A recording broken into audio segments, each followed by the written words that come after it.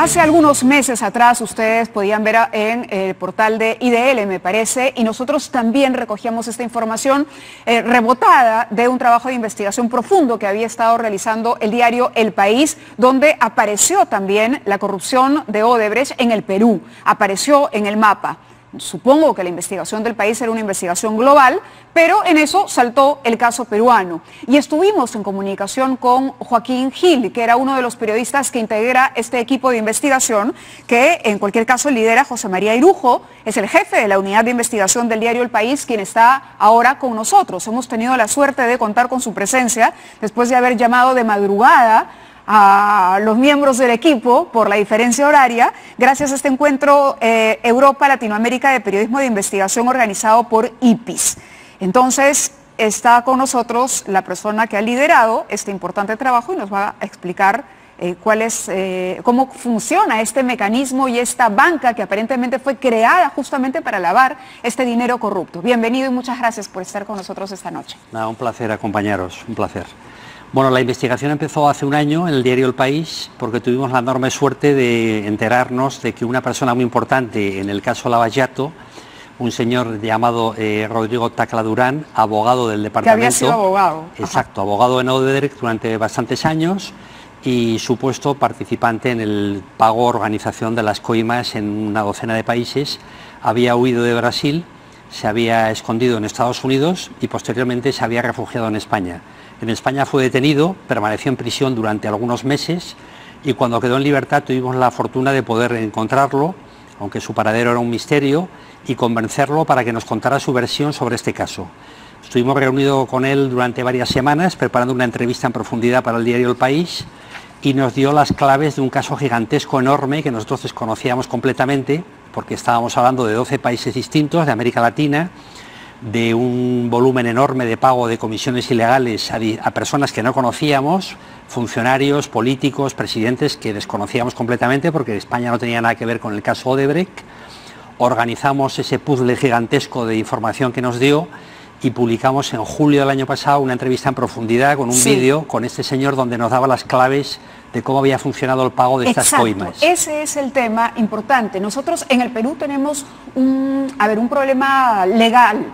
No está tipificado aquí el delito de financiamiento ilícito de campañas. Y una de las maneras en que operaba Odebrecht en los países de América Latina era entregando dinero a las campañas de los candidatos que podían resultar ganadores. Y jugaban además con la oposición y con el ganador, digamos, iban al seguro y al que podía ser también la sorpresa para poder controlar de alguna manera el Parlamento. Sin embargo, en el Perú ese delito no existe.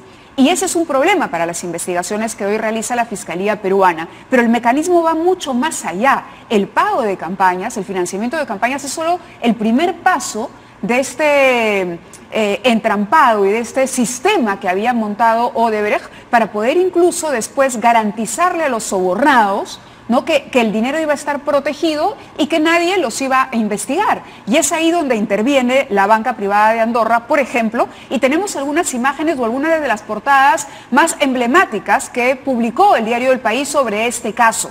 Vamos a ver algunas.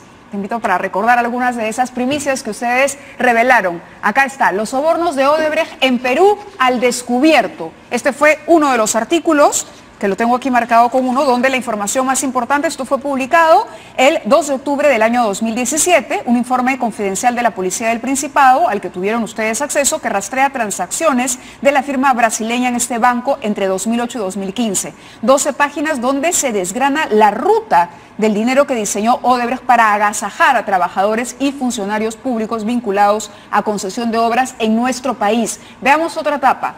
La siguiente, esta es súper importante y tiene que ver con lo que nos contabas, el hecho de haber accedido a este personaje importante porque sabía exactamente cómo funcionaba todo y que revela una cifra increíble. La constructora sobornó a más de 1000 personas en el mundo.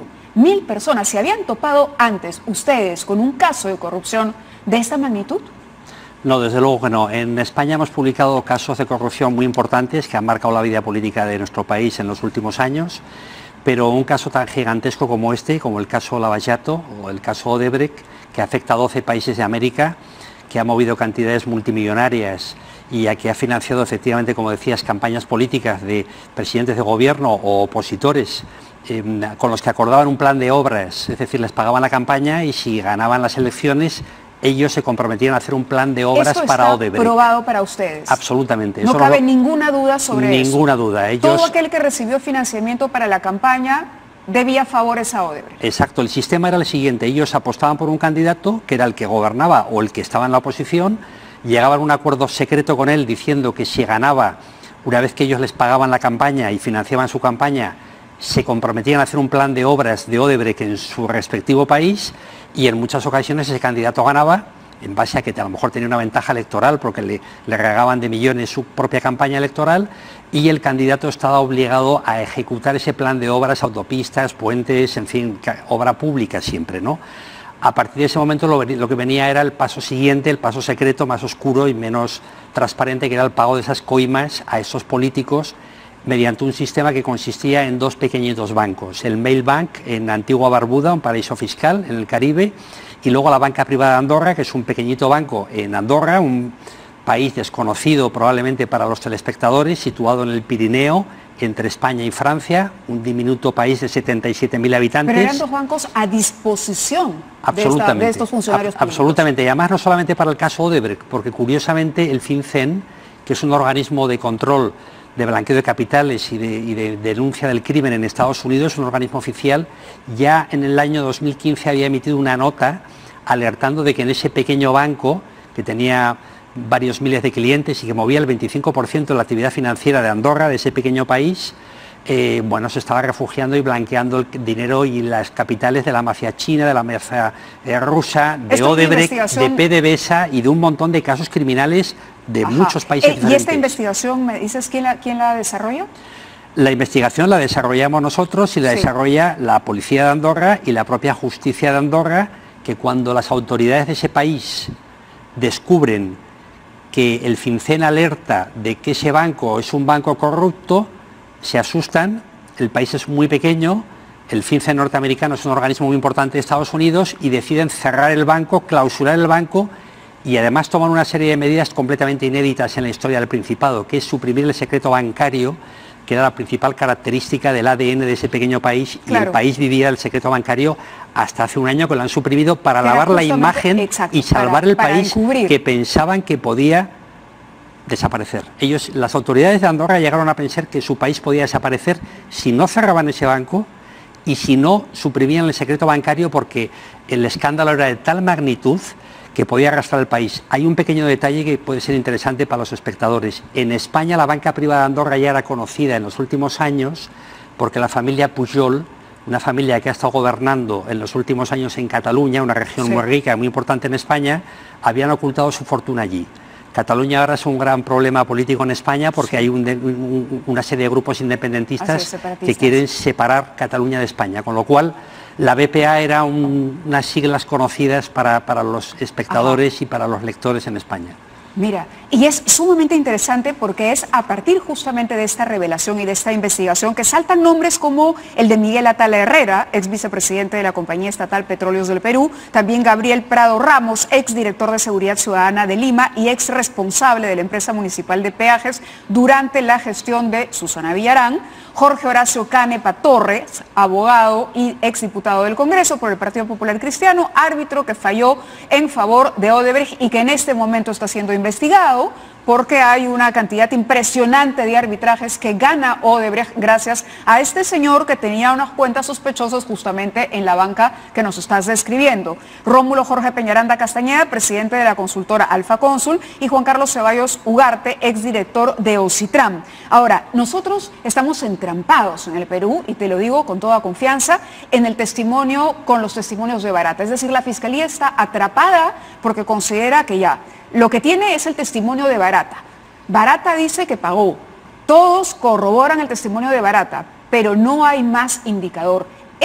esta investigación de la banca de Andorra podría complementar tranquilamente y servir para jalar el hilo de la madeja y ayudar a las autoridades peruanas a entender qué pasó, porque nosotros estamos con el testimonio de Barata y ahí nos quedamos. Es su palabra contra la de los involucrados que dicen yo no recibí. Barata dice le di y el candidato dice yo no recibí. Sin embargo, tú nos estás hablando de una investigación que ya está absolutamente confirmada y de un testimonio fundamental de un abogado que para ustedes no reviste ninguna duda. Esto funcionó así y fue así.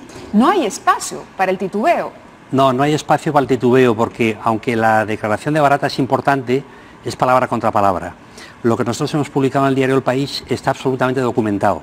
Nosotros, después de entrevistar a Rodrigo Tacla Durán y de que este hombre nos diera las claves de que los pagos se hacían en el Bail Bank, en Antigua Barbuda y en este pequeñito banco de Andorra, lo que descubrimos fue miles de documentos secretos confidenciales del propio banco ya cerrado y clausurado, claro, del Departamento de Compliance, el Departamento de Cumplimiento, donde los gestores del banco examinan a cada cliente para ver el origen de su dinero, si son PEPs o no, si son personas políticamente expuestas o no, cuánto dinero van a invertir cada año, en fin, si han tenido vinculaciones políticas, cómo garantizan o cómo justifican esos ingresos, y en toda esa documentación aparecen los nombres, las firmas, los pasaportes, ahora, y en muchos escritos casos de mano y letra de estas personas que usted acaba de citar, claro, que nosotros hemos documentado y publicado en el periódico. Es decir, que el hecho de que estas personas cobraran de Odebrecht, concretamente de dos compañías que había creado Odebrecht en este banco, dos sociedades panameñas, que eran Aeon Group y Kleinfield. Odebrecht crea esas dos sociedades, abre cuentas a nombre de esas dos sociedades en la BPA y son esas sociedades las que internamente dentro del banco, claro, hacen los pagos a las sociedades panameñas creadas por el banco, a esa lista de señores peruanos, exfuncionarios, para que no haya un track, para que queden, claro, las transferencias dentro del banco y no sean descubiertas jamás. La documentación que hay sobre el señor Atala, es vicepresidente de Petróleos del Perú, sí, sobre el señor Canepa, que hizo 17 arbitrajes a favor de Odebrecht que costaron más de 200 millones de dólares al Estado peruano. Exacto. Sobre el señor Gabriel Prados, que tuvo una cuenta con solo 3.000 dólares, pero que anunció de su puño y letra que iba a ingresar entre 500.000 y 800.000, quiero recordar de memoria, que constituyó una sociedad panameña de la que era administrador, que cuando no le llegó el dinero, no sabemos por qué, esa sociedad fue el último beneficiario, Rodrigo Tacla Durán, nuestro testimonio, el abogado de Odebrecht, claro, es decir, que es una relación que él nunca podrá explicar. Está tan documentado por parte del propio periódico El País como por parte de la policía de Andorra y de la justicia de Andorra este caso, que el testimonio de Barata va a ser completamente accesorio, es decir, la documentación es apabullante, aplastante, y realmente estas personas tienen muy pocas salidas del punto de vista judicial. Claro, y quizá deberíamos empezar a concentrarnos, porque en algunos casos, por ejemplo, Atala Herrera, nombrado durante el gobierno de Alan García, ocultó 900.000 dólares en el Principado de Andorra. Ahora, en muchos casos estos pudieron ser testaferros también de otros funcionarios. Es decir, ¿pudieron ocultar dinero de otros? Bueno, se da la circunstancia de que todas estas personas tenían algún tipo de vinculación con Odebrecht. Es más, algunas de ellas, cuando rellenaron los cuestionarios que en la banca privada de Andorra se denominan Know Your Clients, conoce tu cliente, el propio banco les preguntaba, ¿conoce usted algún otro cliente de este banco? ¿Nos puedes dar alguna referencia a algún otro cliente con el que ya trabajemos? Y alguno de ellos, inocentemente, estamos hablando de hace 6, 7, 8 años, que no pensaban nunca que esto iba a salir a la luz, claro, dan los nombres de Aeon Group y de Kleinfield, de las dos sociedades panameñas que Odebrecht creó en ese banco para pagarles. Es decir, que están absolutamente rodeados y pillados con un montón de documentación y de testimonios de su puño y letra contra su propio testimonio. Es decir, la documentación es apabullante y es demoledora. Y viene más, ¿no? Última pregunta. ¿Viene más? Bueno, nosotros hemos llegado hasta donde hemos llegado con documentación interna del banco. Insisto, tenemos todos los movimientos de las cuentas bancarias de estos señores. Desde el primer día que abrieron su cuenta hasta el día en que el banco cerró. Entonces vamos a seguir decenas y decenas de movimientos, no solamente de lo que les pagó Aeon y Kleinfield, las sociedades de Odebrecht, sino de movimientos privados de ellos para sus actividades personales, particulares o inconfesables, ¿no? Claro. Lo tenemos absolutamente todo. La justicia de Andorra también lo tiene. Hay una colaboración muy estrecha por parte de la Fiscalía de Andorra, que es un pequeño país, pero que tiene una unidad de policía financiera potente y bastante profesional, y las autoridades peruanas. y probablemente la información que en las próximas semanas o meses aflore en base a esa colaboración de Perú y Andorra va a ser fundamental y va a ser bueno, más clara de lo que todavía es. Claro, y mucho más contundente que el testimonio del propio Barata.